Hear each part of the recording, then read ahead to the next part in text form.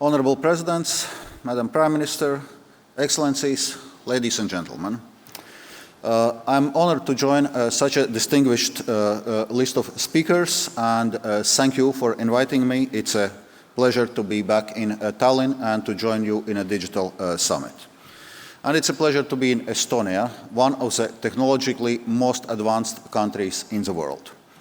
Our Baltic region is becoming one of Europe's most promising hubs for tech startups, so we are in the right place to talk about digital. As several people have told before me, the future is digital, and I could not agree more. Along with EU's planned transition to a carbon-neutral economy, embracing digitalization is a priority that we identified as a major source of potential growth. The green and digital sectors will act as Europe's economic mainstays as we embark on the recovery phase from the crisis. This is where the Recovery and Resilience Facility, or RRF, will play a major role, and I will come back to this later. However, with digital, it is much more than this. For a long time, before the pandemic struck, we recognized that the European Union needs to do far more to digitalize our economies and societies to reap the benefits of the digital age. The crisis has made this even more urgent. Our experience at the peak of the pandemic showed how much people rely on digital services during the lockdown. Video conferencing, online banking, digital transactions, e-commerce all boomed. So we should now go further still for EU companies to stay at the cutting edge of developments and technologies. Take high-speed connectivity. With 4G, for example, Europe was slow on its take-up and development of the appropriate infrastructure. We should not make the same mistake with 5G or even 6G. In 10 years from now, we want all European households covered by gigabit connectivity. On technology, Europe has a strong and world-beating pool of talent. We should be doing more to lead internationally, building on our expertise in key technologies such as artificial intelligence, cloud computing, quantum computing, and the Internet of Things. The EU has been working on how to increase digitalization for many years. With a digital single market project spearheaded by my European colleague and friend Andrus Ansip in the previous Commission, the EU made great strides in many digital areas. Connectivity, e-commerce, data protection, programs to boost digital skills, and also making it easier for online businesses to scale up across borders, to grow and compete internationally. We are very much continuing this work. Our digital finance package, for example, is designed to create a competitive EU financial sector, giving consumers access to innovative financial services. Now, with the Recovery and Resilience Facility, we have the financing to press ahead with plans to turn Europe even more digital. This funding will allow EU countries and the private sector to make substantial investments in digitalization. It will support European industry and businesses to keep Europe globally competitive in key technologies. As you know, each national recovery plan must allocate at least 20% of the spending on digitalization of the society and economy. This plays a major part in the green transition too. Digital technologies can help to reduce resource usage, waste, and greenhouse gas emissions. In our assessment of the plans, we have seen a broad mix of measures to support digitalization. These include programs to digitalize public administration, justice and healthcare systems, along with investments in e-health, research and innovation in digital technologies. Many member states intend to invest in promoting digital skills and education as a way to equip workers with the right tools to take the most of opportunities brought by digitalization. Thanks to cross-border and multi-country projects funded by the RRF, the EU's capacities in advanced digital technologies should increase as well. We should rely less on others when it comes to key technologies. by 2030, we want at least 20% of the world's cutting-edge microelectronics produced in Europe. Today, EU accounts for less than 10% of global production. Ladies and gentlemen, building the infrastructure needed to digitalize requires a good deal of investment that the country may not otherwise choose to spend due to other priorities. Now, with the RRF funding, many member states are taking opportunity to accelerate the rollout of 5G and very high-capacity networks also in rural areas. Investing in more and better connectivity is also a main element of the digital dimension of the recovery plan. However, if people are to put their trust in new technologies, digital infrastructure must be secure. They must be able to trust it, especially when it comes to areas like online banking.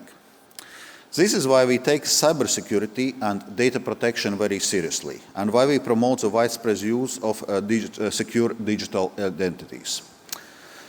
In many emerging tech areas, the EU is still working on its regulatory approach. Investing in the right regulatory environment is as important as investing in physical infrastructure. But we need to think beyond Europe too. In today's hyper-connected world, digital technology does not recognize borders. Digital is global, and it brings its own share of regulatory challenges. So Europe should work with like-minded partners to develop international standards as a way to preserve equal competition and incentivize private investment based on more legal certainty. That includes multilateral fora such as G7 and G20, and also organizations such as the OECD. This is the thinking behind the EU-US Trade and Technology Council, the TTC, to coordinate approaches on key global trade and technology issues. And actually, together with Secretary Raimondo and other colleagues, will be inaugurating the Trade and Technology Council later this month in Pittsburgh. Our idea is to make digital transformation a success story in terms of transatlantic cooperation. With the United States, we share similar challenges on cybersecurity and dominant market power of some digital service providers.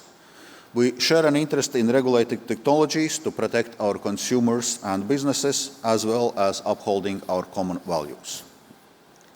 The TTC will address threats such as unfair competition and the misuse of new technologies. It will also address a number of sensitive areas. For example, the EU-US cooperation on standards for emerging technologies such as artificial intelligence and the Internet of Things, ICT security and competitiveness, data governance, and secure supply chains. Such a cooperation could extend beyond the United States, of course. In July, as part of EU's geostrategic and global approach to connectivity, EU leaders called for more partnerships and cooperation, for example, with ASEAN and Indo-Pacific. Here, the EU intends to engage more closely with like-minded countries to build closer digital partnerships, particularly with Singapore, Japan, and Korea. This brings me onto the importance of digital trade, which lies at the heart of the EU's updated trade strategy. Take the seemingly unstoppable rise of e-commerce. With movement restrictions imposed across the world in 2020, its share of total retail sales jumped from 16% to 19%, according to the United Nations Conference on Trade and Development. Today, around 1.5 billion people shop online. Digital flows are parts of today's international trade reality. We want the EU to occupy a leading position in digital trade and technology, in particular by promoting innovation. Again, this is where the RRF funding can be enormously helpful. Digital trade should support entrepreneurship and empower businesses of all sizes to play the full part of the global economy. There is a good potential for the EU shares of digital economy and digital trade to grow further. However, many governments impose measures that hold back digital trade and restrict cross-border data transfers as a way of supposedly boosting their own competitiveness in this area.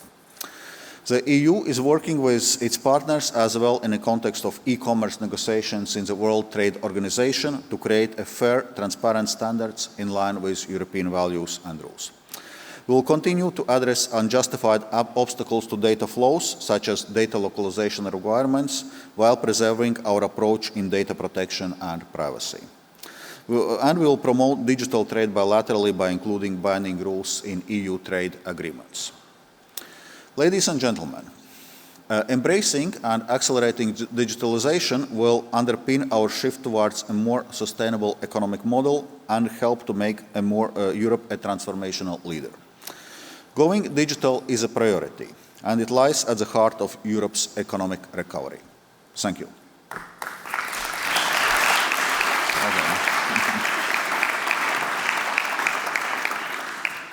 Thank you, Mr. Vice President. Madam President, I believe you have a question. Actually, I will repeat the question I asked also from President Michel, and since Commission is about practical results, and I'm the nerd about, practical measurable results, as you know very well, then when will be there the day when an Estonian will be able, through EIDAS system, to go to a notary office, not only in Finland and in Portugal, where it is technically, at least today, possible, and set their business there, let's say in Germany or in France? When will that day be? And do you measure how far we might be from that day? Because unless you measure, you don't get to. We all know this. Indeed, we are all talking about many initiatives which EU is undertaking in the area of digitalization, also in the area of e-identification, but the question is indeed when it's all becoming practical, when it's becoming reality for our citizens and businesses. And I cannot give you exact date, but what can I say from the European Commission side? We will work and make sure that this day is approaching as fast as possible. It's a necessity, it's a way of the future, so from the Commission side we'll do everything to make sure that it happens really soon. Thank you. Thank you, Mr. Vice President.